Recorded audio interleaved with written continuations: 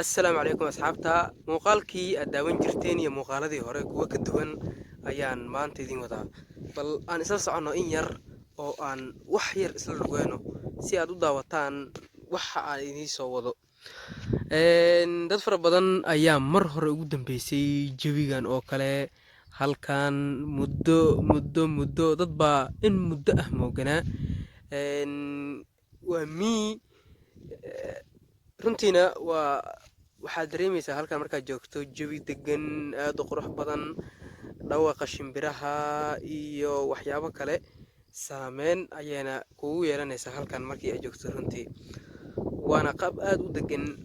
2 3 4 ilaa 5 habeen haddii aad halkan barididna xaaladaadu waxay noqonaysaa mid aad iyo aad u weyn kani waa geed dad fara badan ayaa geedkan magaciisa horeyba ka fahmi kara marka aan hortagno geedkan dad badan oo reer miyi ahaa oo hadda magaalada ku soo laabtay way yaqaanaan magaciisa iyo sidoo kale waxa uu yahayba inkastoo qoraxda uu ka horjeedo bal aan idin dhabeeyo wax yar aan idin dhabeeyo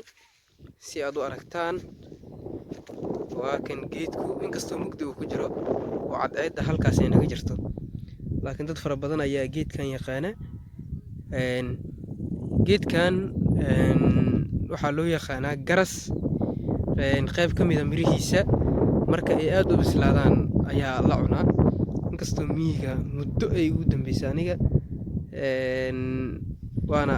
waxyaabaha kale ee saameynta leh halkaas kaliya waxaa fahmi kara dadka reer miyiga ahaa ama dadka reer miyiga soo ahaan jiray ama kuwa hadda ah oo muuqaalka inay daawanayaan laga yaabo halkaas waxaa la yiraahdaa ani ahaan waxaan u aqaanaa yacni waa meel beertan ay ku dhammaanayso meesha kalena beerta ay ka bilaabanayso ani ahaanteed halkan ilaa iyo halkaas sii soco waxyar aan soo dhaweeyo waa meel yacni xiran xaafadaha iyo guryaha xamar xoogaa waxay leeyihiin derbi weyn laakiin halkan lagama yaqaano oo boodkaas ayay reer miyiga isticmaalaan si aysan iskugu darsoomin labada meel loona kala garto in ay kala baxsan yihiin dhir fara badan ayaa halkan ka baxaysa inkastoo waqtigii jiilaalka hadda laga soo baxay oo aysan wax badan oo halkan ka baxaya aysan muuqanin laakiin weli waa soo kabasha ayay wadaan sidaan filayo halkaas geedo fara badan inooga muuqda inkastoo aan jecleen inaan lug ku tagno laakiin inkastoo aysan suurtagelayn